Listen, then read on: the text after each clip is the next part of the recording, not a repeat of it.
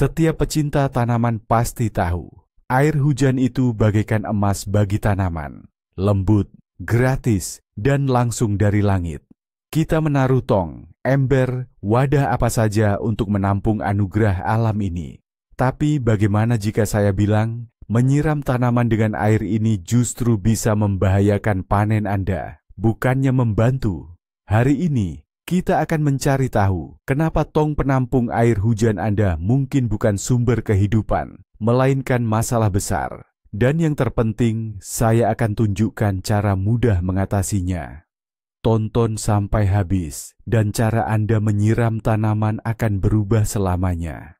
Sejak dahulu kala, manusia sudah menggunakan air hujan untuk menyiram tanaman. Ini terlihat seperti solusi paling alami. Airnya bebas klorin, tidak seperti air keran, dan memiliki tingkat pH yang ideal untuk sebagian besar tanaman. Kakek nenek kita selalu melakukan hal yang sama, dan kebun mereka pun selalu subur. Lalu, apa yang mungkin salah di zaman kita sekarang?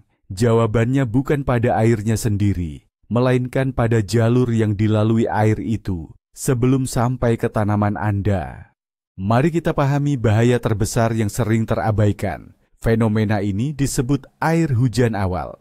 Ini adalah fenomena yang jarang disadari, padahal bisa menghilangkan semua manfaat dari air hujan. Bayangkan atap rumah Anda. Atap bukan hanya sekadar pelindung dari hujan. Berhari-hari, bahkan berminggu-minggu, atap Anda mengumpulkan lapisan kotoran, baik yang terlihat maupun tidak. Ini bukan hanya debu jalanan biasa, pasir, serbuk sari tumbuhan, atau dedaunan kering yang terbawa angin. Kotoran burung juga jatuh di atap, dan seperti yang Anda tahu, ini adalah sumber langsung bakteri yang tidak sehat, seperti Salmonella atau E. coli. Menyiram kebun selada atau stroberi dengan ramuan semacam itu, jujur saja, ide yang sangat meragukan. Namun, ada yang lebih buruk lagi. Ini adalah musuh tak kasat mata kita. Udara saat ini, terutama di dekat perkotaan, jalan raya, atau kawasan industri, jauh dari kata bersih. Udara dipenuhi gas buang, emisi pabrik dan partikel jelaga.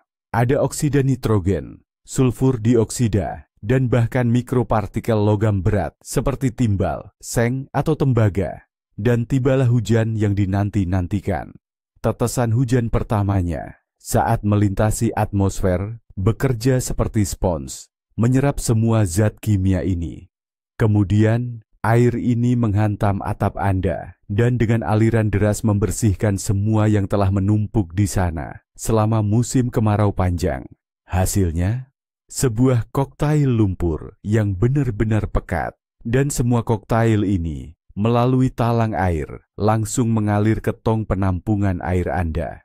Inilah mengapa 10, 20, bahkan 30 liter air pertama yang terkumpul setelah kemarau panjang bukan hanya tidak berguna, tetapi justru sangat berbahaya bagi akar lembut mentimun atau tomat Anda.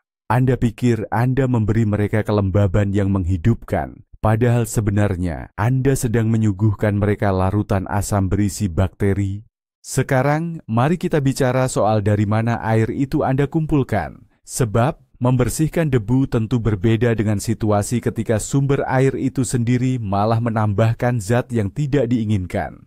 Saya bicara tentang bahan atap rumah Anda. Contoh yang paling jelas dan mengkhawatirkan adalah Eternit lama yang masih banyak digunakan. Ya, bahan ini sudah puluhan tahun terpasang di banyak atap rumah, terutama rumah pedesaan atau villa. Tapi terbuat dari apa Eternit itu? Dari asbes semen. Seiring waktu, terpapar matahari, hujan, dan bahkan embun beku, Eternit akan menua, hancur, dan mulai melepaskan partikel.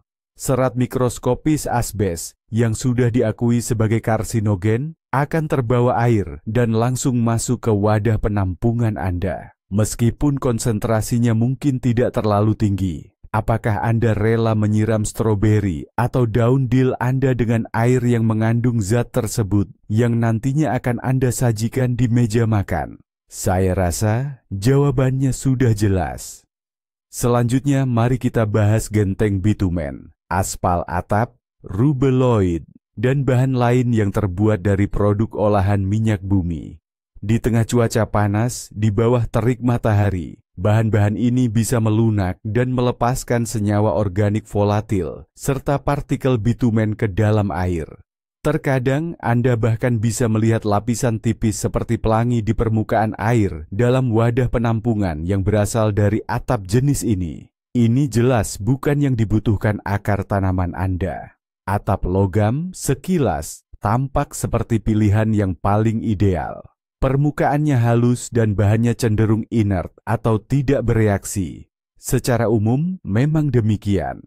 Namun, ada beberapa hal yang perlu diperhatikan. Genteng metal atau seng bergelombang yang murah, misalnya, seringkali memiliki lapisan polimer berkualitas rendah.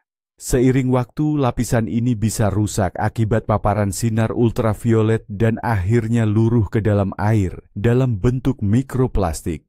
Belum lagi, jika ada goresan pada atap hingga terlihat bagian logamnya, maka oksida seng atau besi alias karat bisa ikut terbawa air.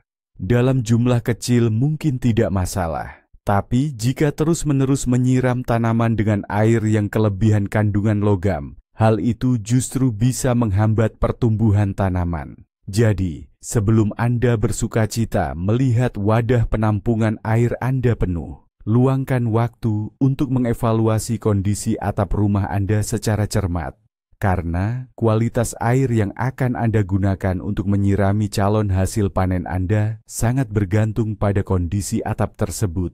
Terakhir, jebakan ketiga dan mungkin yang paling umum adalah penyimpanan air hujan yang tidak benar. Misalnya, Anda sudah memperhatikan 2 poin pertama. Anda membiarkan bilasan pertama yang kotor lewat dan atap Anda sudah ideal serta aman. Anda sudah menampung 1 tong penuh air yang paling jernih. Lalu, apalagi yang bisa salah sekarang? Nah, setelah itu, kemungkinan besar tong tersebut diletakkan di area yang terpapar sinar matahari. Dan, yang paling penting, tong itu terbuka. Jadi, tong air yang terbuka di bawah terik matahari bukan sekadar wadah untuk menyiram tanaman. Ini adalah inkubator ideal untuk seluruh ekosistem yang pasti tidak ingin Anda lihat di kebun Anda. Apa yang terjadi di dalamnya? Air akan memanas. Spora dari udara, debu, dan sampah organik kecil pasti akan masuk ke dalamnya. Dan mulailah pertumbuhan kehidupan yang pesat. Pertama, alga. Air Anda yang semula jernih, dalam hitungan hari akan berlumut dan berubah menjadi sup hijau keruh. Ini bukan hanya tidak sedap dipandang, tetapi juga merupakan tanda pertama penurunan kualitas air. Kedua, bakteri. Dalam air hangat yang tergenang, bakteri berkembang biak dengan sangat cepat. Air mulai berbau tidak sedap, atau lebih tepatnya membusuk. Airnya menjadi basi. Dan ini berarti kadar oksigen terlarut di dalamnya menurun drastis. Lalu, dengan niat terbaik, Anda mengambil alat penyiram, menyendok kaldu rawa ini, dan menyiram tanaman Anda. Apa yang didapat akar mereka? Mereka menerima air yang hampir tidak mengandung oksigen. Padahal, oksigen sangat penting untuk pernapasan sistem akar. Akibatnya, penyiraman rutin dengan air basi semacam ini justru akan menghambat pertumbuhan tanaman, bahkan bisa memicu penyakit busuk akar. Apakah Anda bertanya-tanya mengapa daun menguning, padahal Anda sudah rutin menyiramnya? Mungkin jawabannya justru ada pada tong Anda. Belum lagi, wadah air yang terbuka adalah tempat pembiakan yang sempurna bagi nyamuk, yang nantinya akan mengganggu Anda sepanjang malam. Nah, sekarang bagian yang paling menarik. Siapa sangka masalahnya bukan pada air hujan itu sendiri, melainkan pada aliran pertama yang paling kotor. Dan solusinya ternyata gampang sekali. Anda tidak perlu berhenti mengumpulkan air hujan. Anda hanya perlu mengabaikan atau tidak menampung aliran pertama itu. Bagaimana caranya? Anda bisa memasang alat khusus, semacam pengalih aliran air pertama. Tapi ada cara yang lebih mudah. Cukup biarkan air hujan dari atap mengalir bebas dulu, selama 10-15 menit pertama saat hujan lebat. Jangan langsung dialirkan ke tong. Biarkan atap dan udara bersih dulu. Biarkan air pertama yang paling kotor itu mengalir saja ke tanah. Baru setelah itu, tampunglah air hujan yang jernih, bersih, bermanfaat, dan aman.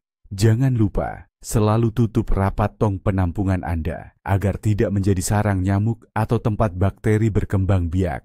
Itu dia rahasianya. Jadi, jangan takut dengan air hujan. Kuncinya, bersikaplah lebih cerdik. Jika dikumpulkan dengan cara yang tepat, air hujan akan benar-benar menjadi emas cair untuk taman atau kebun Anda. Trik sederhana dalam merawat tanaman ini akan membantu Anda mendapatkan panen yang sehat dan melimpah. Terima kasih sudah menonton video ini sampai habis. Jika video ini bermanfaat bagi Anda, jangan ragu untuk memberi like dan berlangganan ke kanal ini agar tidak ketinggalan trik berkebun baru lainnya. Nah, sekarang pertanyaan untuk Anda. Apakah Anda juga mengumpulkan air hujan untuk menyiram tanaman? Pernahkah Anda menghadapi masalah tertentu, atau mungkin Anda punya trik atau tips sendiri dalam mengumpulkan dan menggunakan air hujan? Bagikan pengalaman Anda di kolom komentar. Mari kita diskusikan bersama.